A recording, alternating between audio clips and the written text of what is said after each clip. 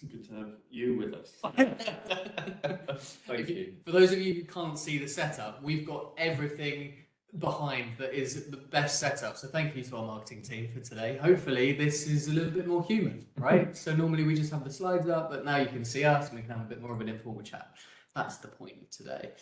While you're getting started, so what we're going to be talking about today is humanizing the recruitment process. So all the way from kind of thinking about recruitment, why are you hiring, how you're getting the job descriptions together, all of those things. But if you can just have in your mind, what was the most human experience that you've had, maybe throughout your journey going for a job, or whether you're part of the recruitment process, and what something that you've done that's most human. We'd love to hear it. Put it in the chat. We've got the Q&A box, so those of you who can access that, please do post your questions. I've got them here. We can see them as we go through. This is just going to be quite informal. We're going to touch on things from a high-level perspective. We're not going to delve deep into ED&I, for example. We are going to keep things quite high-level, but keep the questions coming. Hope that's all okay. Thank you those who are joining now. I can see there's still a few more people joining, so thanks for joining. I can still see the ticker going, so we'll keep it here for just a couple more minutes, but have a think about that question. What was the most human experience that you've had or you've been through throughout the recruitment process? And I'll kick off in 30 seconds. We'll give people a bit of longer. Okay. Are you thinking about the most human experience you've ever had? Yeah, I was just trying to think that. And I should have done that. Yeah, you should have. You can't ask a question and not answer yourself. This is the thing, right?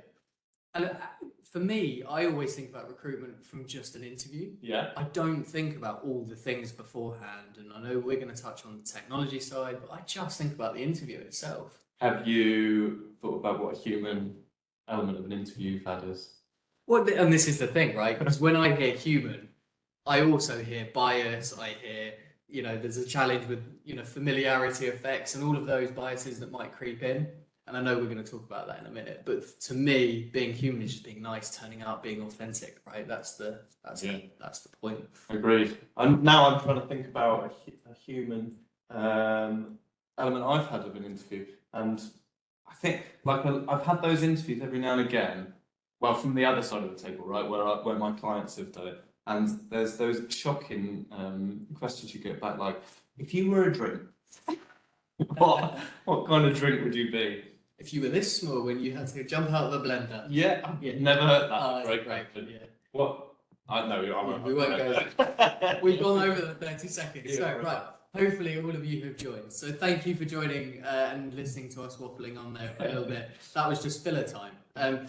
We are here to talk about humanizing the recruitment process, right? So we're going to cover everything throughout the recruitment process, right from preparing to interview to sift it right the way through onto onboarding and actually beyond, because as we know, the recruitment process is a lifelong journey, and we'll touch on that. My name's Anthony. I'm part of the learning team here at Bailey & French, and I'm joined by my colleague Rob, who heads up recruitment.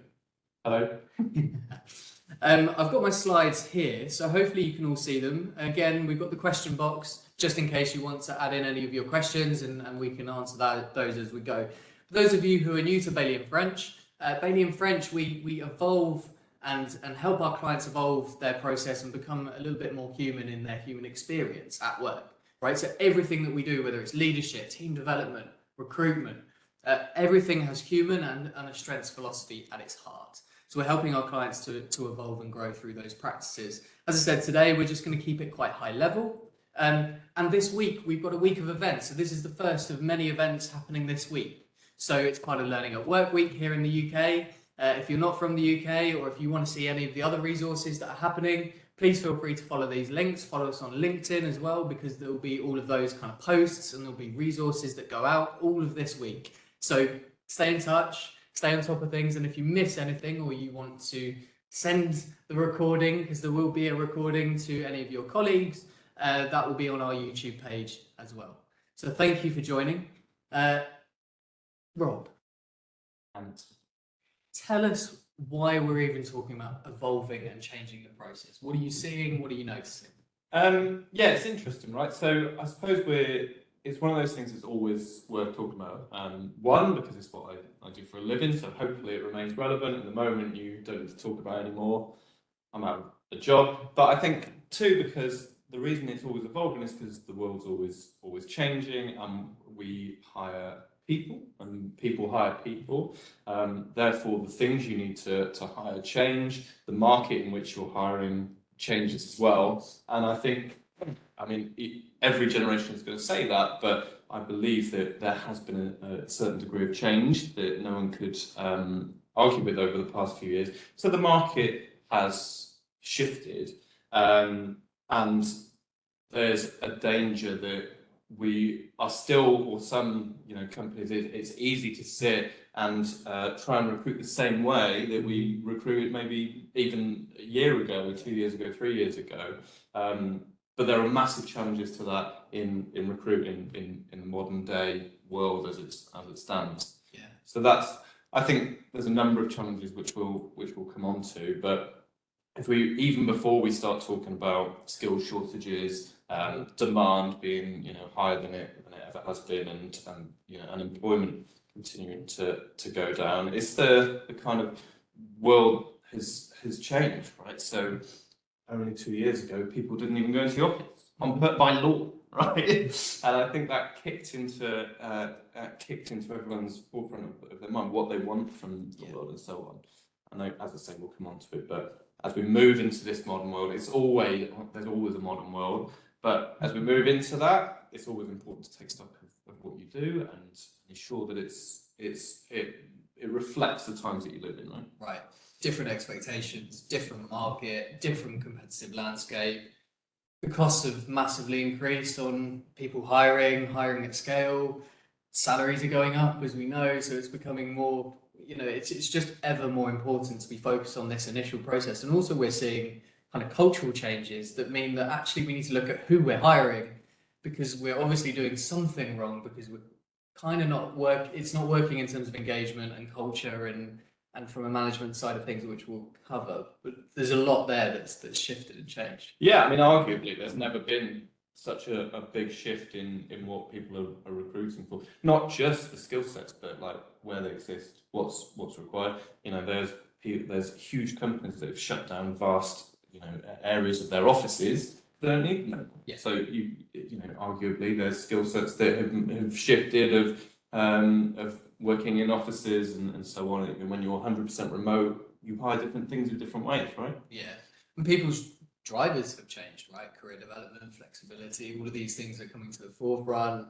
We've got, I guess, different industries and different markets impacted in different ways, but technology, meaning that we've got jobs that are coming up every day that we've never hired for. Yeah. And how do we do that? And what practices do we put in place? Yeah, absolutely. And I think, especially when we talk about things like emerging tech and the way that businesses use emerging tech, actually, you're hiring for a skill set that potentially doesn't exist or hasn't existed, or is very rare. So emerging technologies, bleeding edge technologies, for example, by their nature, they're not going to exist in your organisation. Yeah. Do they exist in very many organisations? So on, so on, so on. Yeah. And I think, the reason that recruitment has to constantly evolve is because the pool in which you're looking, the talent pool of people, is constantly changing. It's constantly moving. People are getting new skills. People are changing the skills that they have. Businesses are changing the skills that they require. So on, so on, so on. And as I say, the last couple of years that's been pretty prevalent, right? Right.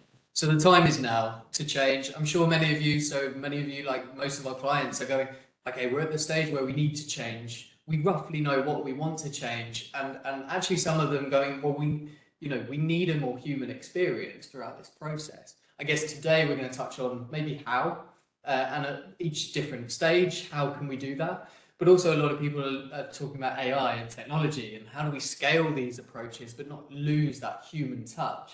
Yeah. And we'll touch on that as well. I will move us on then. So some key points, because we're going to talk. We're going to talk, and we're going to probably keep talking over time. But some key points that are really important for you right now. Hiring people, we are here hiring people for a reason. If we could do a job because of the technology, then we would hire a software, right? And you wouldn't. So if you're hiring a person, you need to hire with a human philosophy. I like that. That's something that you came up with this morning. Oh, thanks very much. Yeah. If no one likes it, that wasn't me. It's right? Yeah, absolutely. I think the element that interviews and meetings and face-to-faces are for is to understand, obviously, do you have the skill set to do the job, but actually, are you going to enjoy the job here? Are you right for us? Are we right for you? Those types of things. And actually, if you logically look at that and think you don't need that element, then that could be anything. That could be a piece of software that can be written. And I think as soon as those jobs begin to exist, then that's a whole different area. So when we're talking about talent, the human element of it is the bit that differentiates people. Yeah.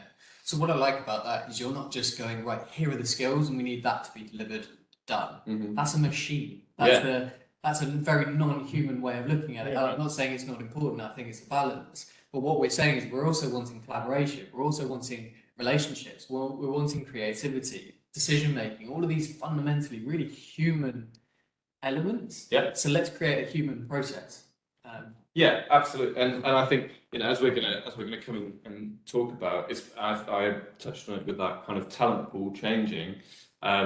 It's important that human process exists to allow you to select the human elements of it as you go through. And I think recruitment does struggle with that. Like, I think we all struggle with that element when we're recruiting by the nature of recruitment. Because, and I'm not talking about necessarily just agencies, but managers who are hiring, internal TA teams, all those kind of things, because you tend to recruit when you're under pressure. Like, that seems to and I think we'll come on to life cycle, but the very nature of recruitment is that you start doing the recruitment probably after the requirement of recruitment is there. And actually, by the end of it, instead of, this is a vast generalization, so not necessarily what I mean, but by the end of that recruitment process, when it's there, the pressure is actually much more to put someone in that seat than necessarily to make sure the process is right, which I think makes it even more important to really understand what your process is before that process starts.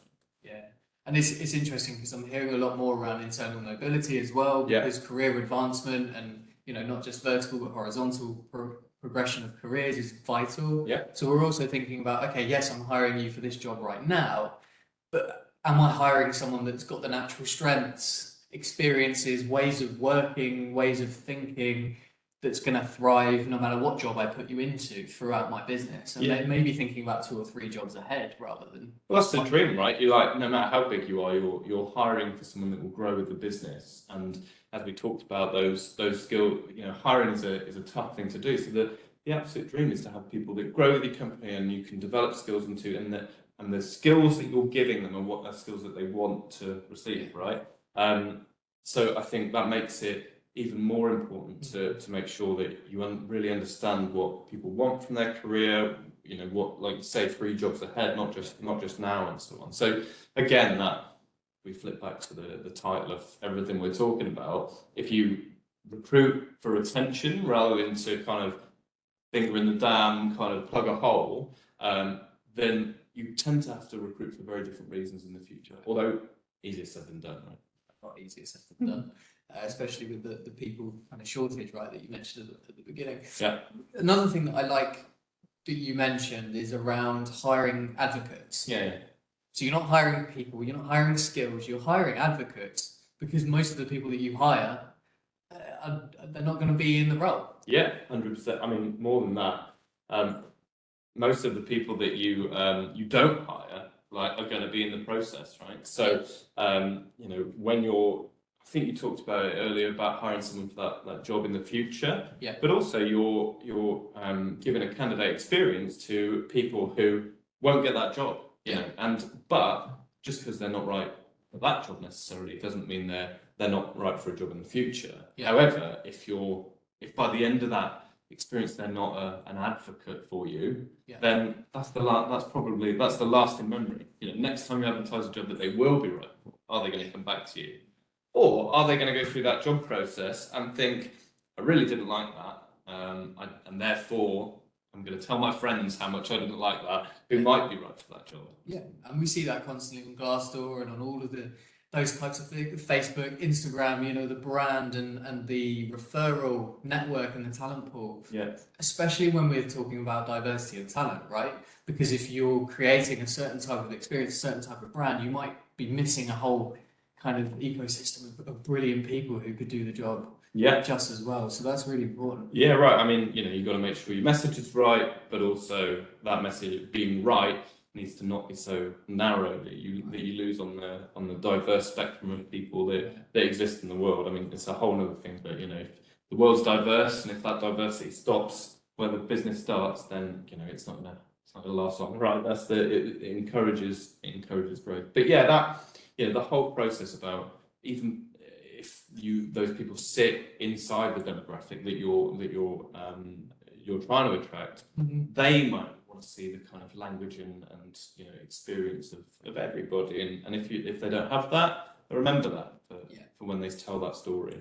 People have very long memories. They certainly do, and I tell you, I think recruitment was the first time I had it, but that age-old is true. That age-old thing about if people have a good experience, they tell maybe half a person, and if they don't, they tell everyone. I think it was 5, right? And I think since we've become a TripAdvisor and Glassdoor generation, that's probably gone to about 5 million. Twitter's just like absolutely. I hated mine. It's just got easy to do, right? So therefore people do it. We love moaning. Like moaning is our favourite. So especially the UK. Yeah, absolutely. The third point is around really understanding those human drivers. Yeah. So I think we've kind of touched on that. We're kind of career development, developing kind of the whole human being and hiring the whole human being and celebrating the unique experiences, but really having a process that uncovers the human drivers without steering towards bias. Yeah. That's a really difficult balance to get right.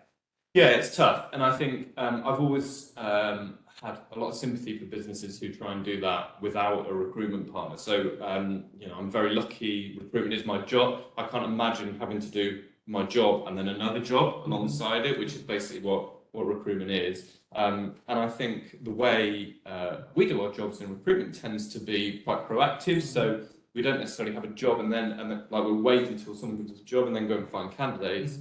Instead, it's much more about talking to candidates and understanding what their drivers are. So we understand what their skills are, why they're good at it, why they do it, and what kind of drives them to get out of bed and all that stuff, but also what they want from their short, medium and long-term careers, right? And that's really useful because when a client does come to us and starts talking to us about positions that they do have or will have or their workforce plan for the next 12 months, for example, you can immediately think, well, I can see where that person goes in there and I can see, they might not have that skill set, but they could probably learn that, and this one's harder to find. But the drivers really match. The stuff that's hard to quantify, that really matches, and you can see them growing with the company. And that's not easy when it's your actual job, but the danger of having one job to think about and then start looking for candidates is you lose that element. You're much more about, well, let's see if they match first, and then we'll decide what they're driven by and whether they're going to enjoy it here, which is fine. But it does have the danger of narrowing that pool down relatively early, especially when you've got a shortage of people. Right. So you want to widen the pool, really understand and tap into the drivers. And that doesn't have to be expensive, right? Because of the AI and technology that we'll get into, but you can kind of fast track some of that to a degree. Yeah, we'll talk about this in a bit, but because I'm still not sure how much I agree with it. But I don't know. You're relying on the data you have to make that choice, and I don't know whether it's because I don't see myself as an old school recruiter, but I very rarely rely on someone's CV to make those decisions, and I think that because you kind of see a CV and then you just call that person and you qualify that CV, and that's when you talk about drivers and you haven't got a job in mind and so on.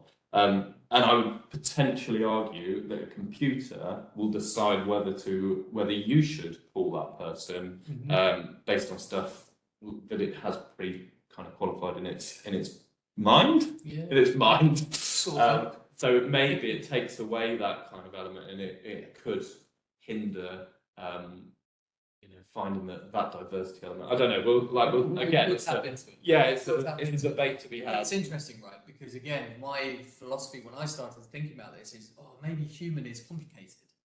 Because human beings are, by nature, complicated creatures. Yeah. And therefore, you don't want to complicate an already complicated and costly recruitment process, especially if you're looking at high scale. Yeah. Right? So you want low cost, high automation processes, but actually the process doesn't have to be complicated. It just needs to do the right things. Yeah. And you need to use the technology in the way to stay human.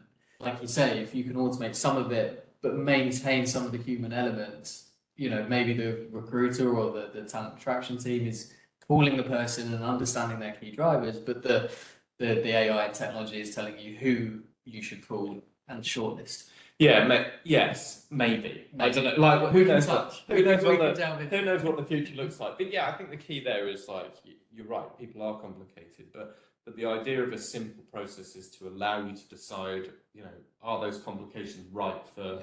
Do they fit with the way the rest of us are complicated in our dreams and ambitions? But I don't feel like a process needs to be that different. It's just much more depending on the roles and so on, and it's much more about making sure that whatever process you have is the right one for what you're trying to hire. And I think just a quick one on cost.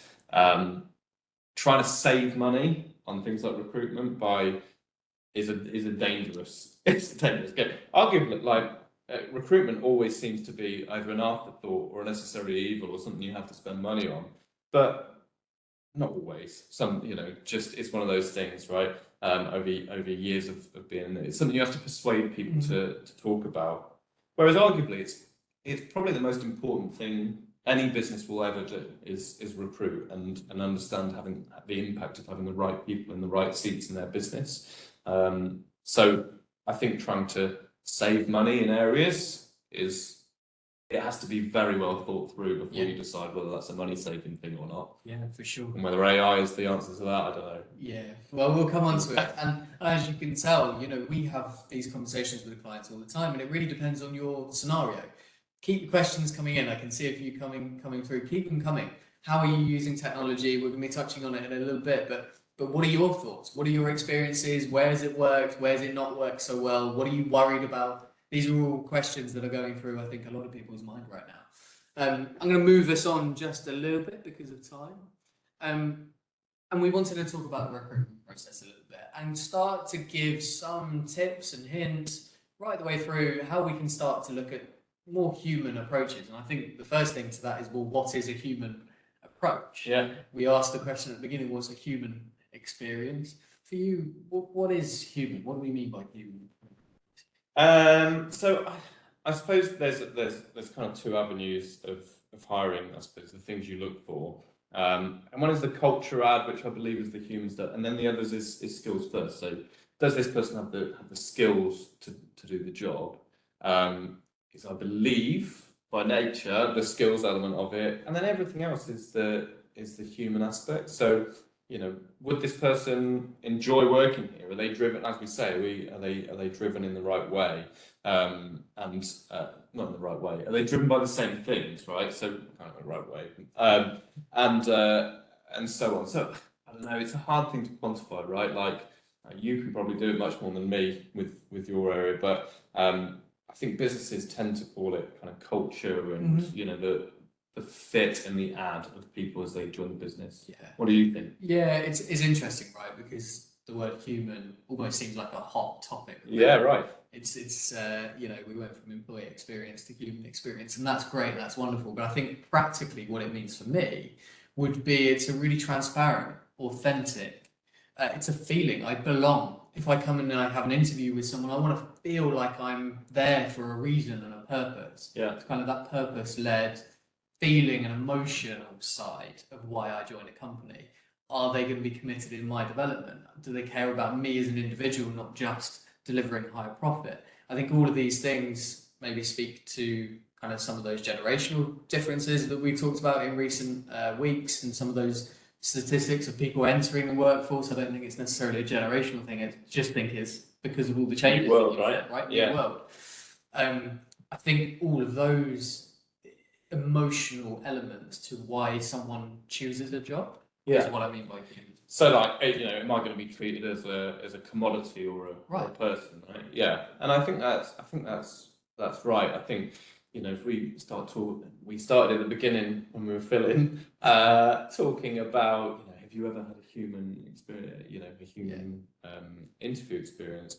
I think that's right, and I kind of racked my brains about it, and I don't know if I still can, because all of the interviews I sat in, I mean, it's been a number of years since I've done them myself, obviously, like from the other side of the table, but they were all very kind of strict. I lived in a job-rich market, so actually I probably was a commodity, and especially when I was entering recruitment, it was a pretty set kind of, these are the questions, you sit there, you tell me what they are, I tick this box, and we'll catch you in a week and we'll let you know whether it's been good or not.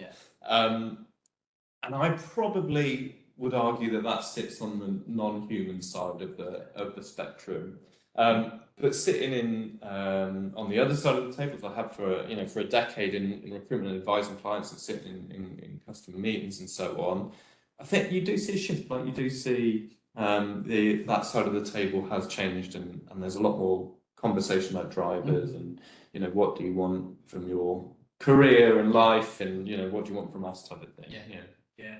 The difference, though, is always the feeling that you get. So just because you're asked a human question, actually having someone who's genuinely interested, and that's interesting because you need to hire the right people to hire the right people. Yeah, 100%. If that panel's out, then right. So this is what we're like, hiring advocates, right? And this is nice little segue, done this before, into where that journey begins. And I think of recruitment. And for me, recruitment is like an ongoing life cycle. It starts well before it starts. Like, as I said at the beginning, if you wait to recruit until you need to recruit, you're usually 2 months behind anyway, like just by logic, if it's because someone's leaving or because you've recognised that you need something urgently, that process is going to take a couple of months. So, just by time frames, you're a couple of months behind. But I think generally in the recruitment process, it begins well before it begins. What's your brand like? How do you face the candidate market? Yeah. And I think we've talked about this before, but businesses tend to be really good at telling people who they're trying to sell their product to how amazing their product is. But the other side of that, of trying to tell potential employees how good it is to work there, usually comes as a bit of an afterthought. Ironically, now I'm thinking about it, the big tech was always very good at that, like really good at it. So Google, as an example, like everyone wanted to work at Google. I think there was even a film with Vince Vaughn about good film. Oh yeah, great film about working. But you know what I mean? So those, they were really good at facing the market, like it's great to work, and it's also great to work here as well. Yeah. And obviously, not everyone's going to be a Google, one company like Google, but that does matter. It starts everywhere. It starts with, are your current employees ambassadors for your brand? I think we were saying earlier, if your interviewees, if potential employees came and sat with your current team that they would work in, or went in a social setting with them, would you be confident that they'd say, I love work, it's a great place to work here? Yeah. Or would you have some concerns? Yeah. Everyone's got some concerns, but how bad, how bad are those concerns? I heard a good thing the other day, and obviously technology, this is another reason why it can be great. And if you do have a great culture and you genuinely want to open your doors, I was speaking to someone the other day, and they had opened their doors via Twitter. So they were going around... Immediately terrified. Exactly, right? It's terrifying to those that don't necessarily have the right culture. Yeah. Well, if you do, and you're open, then maybe going around speaking to the teams, doing a live feed, here's what it's like to work here. Yeah. I think another thing is opening your doors to some of the learning and the technologies and the stuff that you would get as part of your employment. Yeah. Before you're even part of that journey. Yeah. It's just, hey, this is what people get when they work here. Have a look at our Coursera courses that you would have access to. limited time or whatever to make it viable as an option. Yeah. But these are some of the really cool kind of creative and competitive ways that people are thinking, right? Yeah, 100%. And but it's difficult. I can imagine, you've got to sell your product to hire those people, so it has to be a relative. You can't take front seat in it. But again, that's why things like will come around this life cycle. But if you don't have that capacity, I think it's really important to find someone that does. So if you're going to have a TA team or a recruitment partner, that recruitment partner is that is your ambassador into the marketplace. And it's really important to pick those properly to represent the brand. But yeah, recruitment begins well before recruitment's necessary, and it's all about the brand of the organisation as an employer rather than the brand of the organisation as a kind of retailer, I suppose, or whatever that retail might be. And like you said, a lot of companies have invested quite a lot in the customer experience being a little bit more human. Whether chatbots or whatever, but actually building a community. You think of brands like Gymshark, for example. Right? Community, human is at the heart. And actually what we're saying is the recruitment process should really start like that. It's a community of people that love your brand and are ambassadors for it. Yeah, absolutely. And also, again, this goes all the way around, but that includes the people that go into that process. That you don't hire this time round. They should, hopefully, even if they don't get the job, touch word, they should come out of that relative ambassadors to the brand. And that, as you say, comes from having the right ambassadors in the right place anyway. So does the panel look right? Do the people writing the adverts look right? Is there checks and balances to ensure that what's going out is a fair representation of the business and so on? Yeah, good segue that. Thank you very much. You've done this before. Well, I haven't. So, talking about kind of so once you've got this community, what do? How do you shape up the job adverts? How do you actually get into the hiring of the person? How do you keep that human? How do you remove the bias? Walk us through some of those ideas and thoughts. Yeah, so there's, I suppose that for me, I try and simplify everything as much as I can. That's the type of brain I've got. But I suppose for me, when you're sourcing for people, when you're finding people for the job, you either there's two ways: you attract them, or you go out and find them fundamentally. So either that's an advert, and you ask them to come to you, and are you interested in my wares type of things, or you approach them like I think you're a good fit for this job. Would you like to talk about it? And both those ways are really important. That's your immediate touch point with the candidate, your first touch point. With candidates that are going to join you or not going to join you, they're both important. Even if they're not right for the job, both important, right? And I think so because that's your shop window, that's your soiree into the world of hiring. It's really important you've got that right. So I think we've come from hopefully most businesses have left this, but not all recruitment businesses have, where you kind of copy and paste an old job ad. Like we used to see it. In fact, I still do see it quite a lot, and it's conversations I have with a lot of customers is job descriptions, as they're, I suppose, loosely known in technology, where I personally operate, tend to be like a document that keeps evolving every time people hire. So it started, this is what we need, and then that person left 3 years later and they added the 3 things that person had learned over, and eventually 10 years later, you've still got this kind of working document and so on. And however that evolved, it always seemed to be quite a wish list, and that's fine as a job description, but then it depends where you operate that job description. So the kind of, not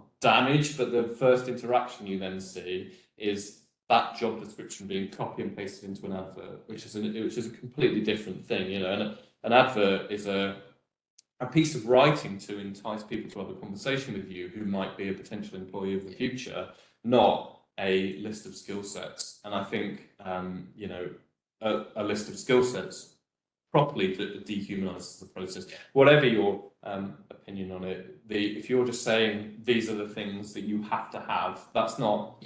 That has nothing to do with you as a person. That has a lot to do with what you've done in the past, and it really limits the people that will talk to you. And it also says a lot about your environment, I suppose. If it's you'll get a very different reaction from people who have got a list of demands on their advert to a list of kind of skills that would be useful in the position and why. This is what you'd use those skills for. This is what you'd enjoy using those skills for. You know, that like, this is what the job requires, but this is how you as a person would implement those, right?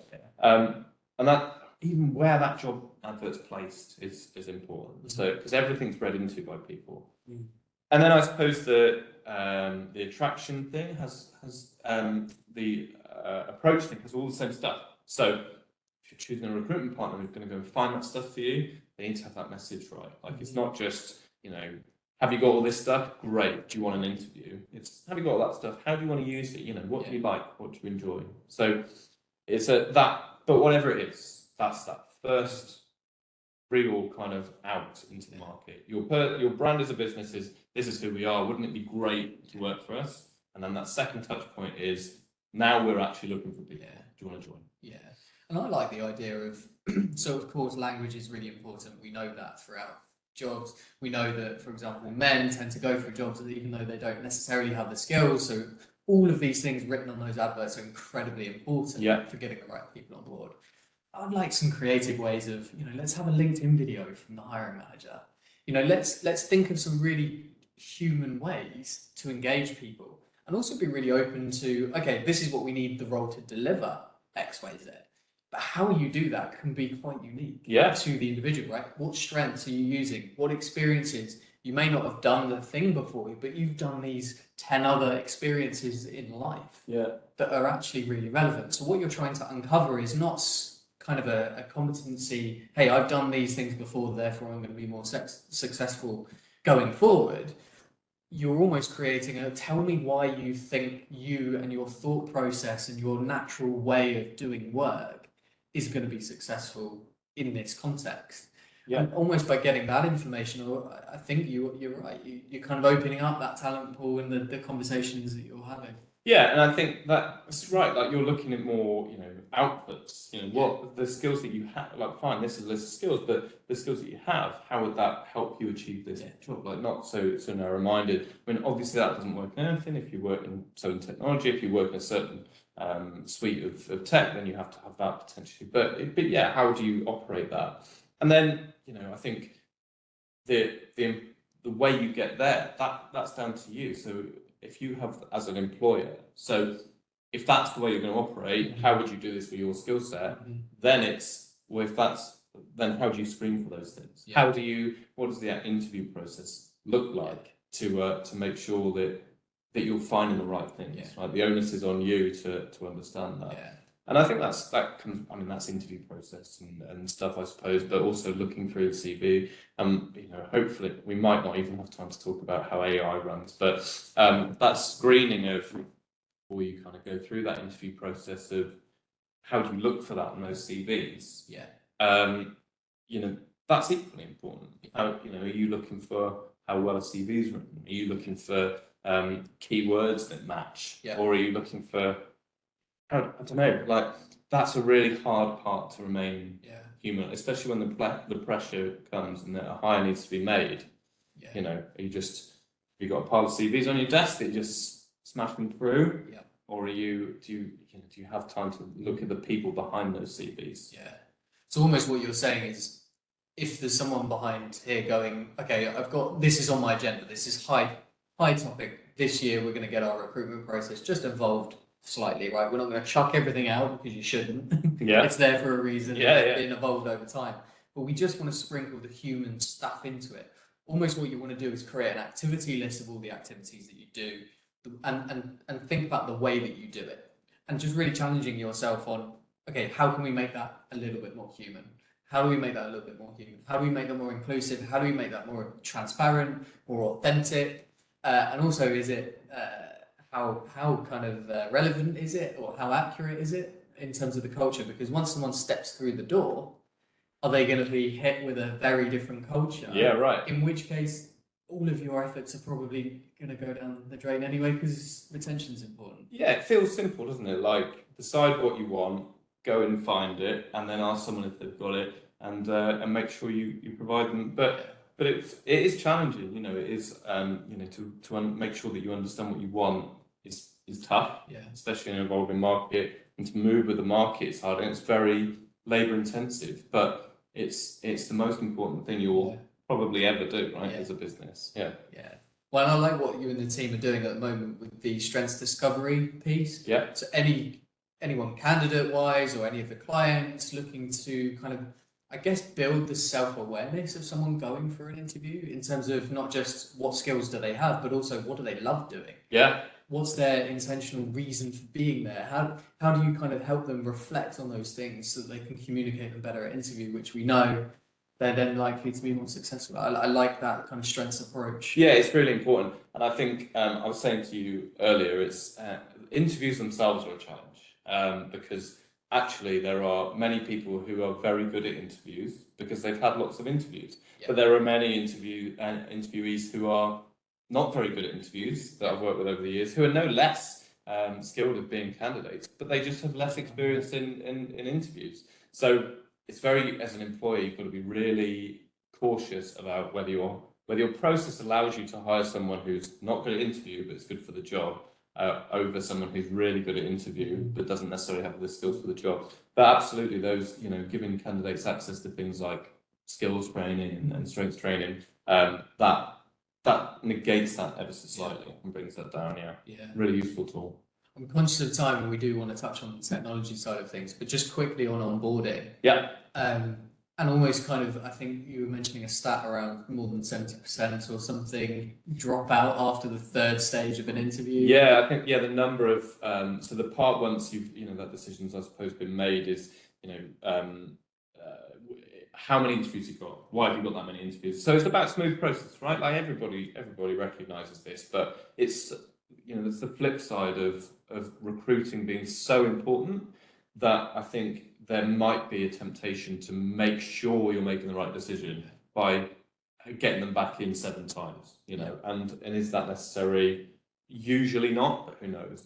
But yeah, statistically, to be honest, I don't know what the figure is now, but in tech a few years ago, it was about 70% we'd lose after the third interview because 3 was enough, and then the candidate got bored. And so the challenge is whose decision is it whether that person gets offered? Is it yours or the candidates? And whatever. But also equally into the onboarding is that smooth process. That if it's their same way as the first step into the process is in its sourcing stage, it's their first step into the business. If they've got a nice laptop, they've got some swag, they've got a coffee cup, everyone's really friendly. You're starting off on the right foot, and you've hired that advocate.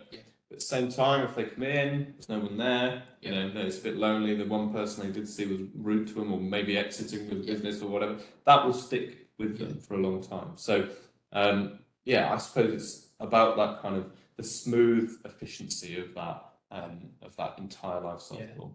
And I guess one of the things I was reflecting when I walked through the door of a new place, it's been a few years now, but I want to feel secure. I want to kind of have a release and I've made the right choice. This is great.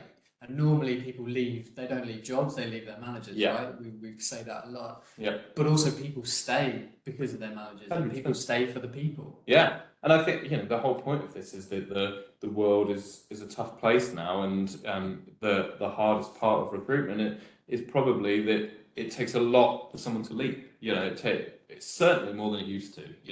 Mortgages go security, right? Yeah, 100%. Even if I hate it here, at least they're not going to sack me. That better the devil you know is a real thing, and that's only going to continue to intensify over the next few years. So making sure that they've made the right decision, just solidifies it. Yeah, and that comes down to the belonging and the emotional side of things, right? And I guess there's some things that can be automated. And let's touch on. So I've got a slide here around some of this. I'm not going to be able to get through all of it today. Yeah, but I suppose there are. Exactly. That's a whole webinar. Right. We'll do another one. Yeah. But I guess this is the thing, right? You've got that kind of gap management between, right, we've offered you, and now, there might be 2-3 months of a notice period. Yeah. High level of dropouts throughout the process, but definitely at that stage of the process. How do we start to leverage technology to automate some of these things or make them easier or quicker or more cost effective, even though that's dangerous maybe. Yeah. But also, how do we then make that human? Because it's the human thing that's going to help people to want to stay. Yeah, it's a tough call, isn't it? And I think this will be where AI and computers, broad sense, start to kind of see their weaknesses, right? So yeah, I think there's a lot of labour-intensive tasks that you can just remove, and arguably, if they're that labour-intensive, should they even be in the process? Is number one. But sure, if they are and they should be, then they should be. But if some of those labour-intensive, it'll be a hard call as to whether just because a computer or an AI can take a job off you, whether they should. So, those touch points that we talked about, that gap minding where people are open to other offers or counters with their current company, I'd argue that the intricacies of why that person, might need those touch points or accept that offer or reject yours, a computer certainly currently wouldn't understand that, and it would take a trained, person or someone with some empathy to understand it. But yeah, I suppose, and again, we've got CV screening there. Don't know if I agree with that either. Pre-screening again. I don't know. I could go on about forever. Yeah. I'm not concerned about my job yet. Yeah. Well, we've just got this. Marketing team. So Wind thank it up. you. We'll wrap it up. But I think this is an interesting one and something that we need to keep an eye on. And certainly, I know we've posted a few things over the last few weeks. We'll keep updating as and when we hear some of the latest trends and also ways of working.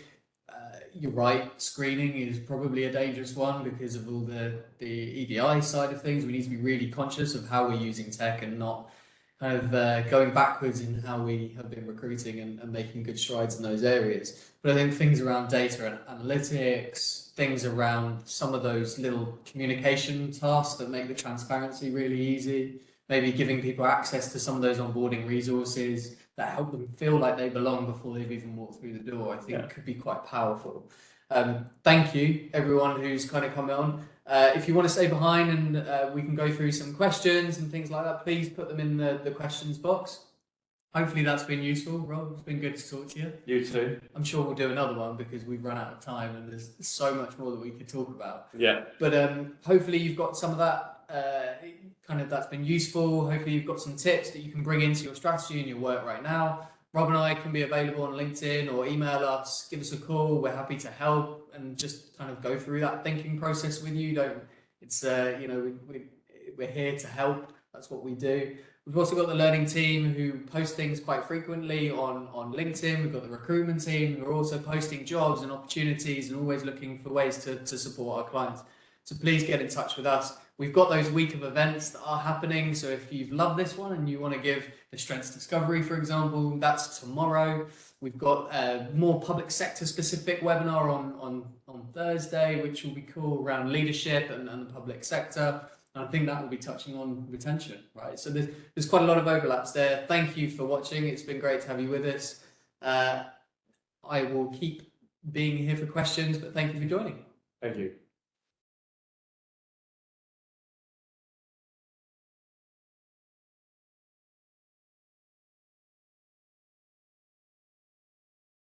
All right.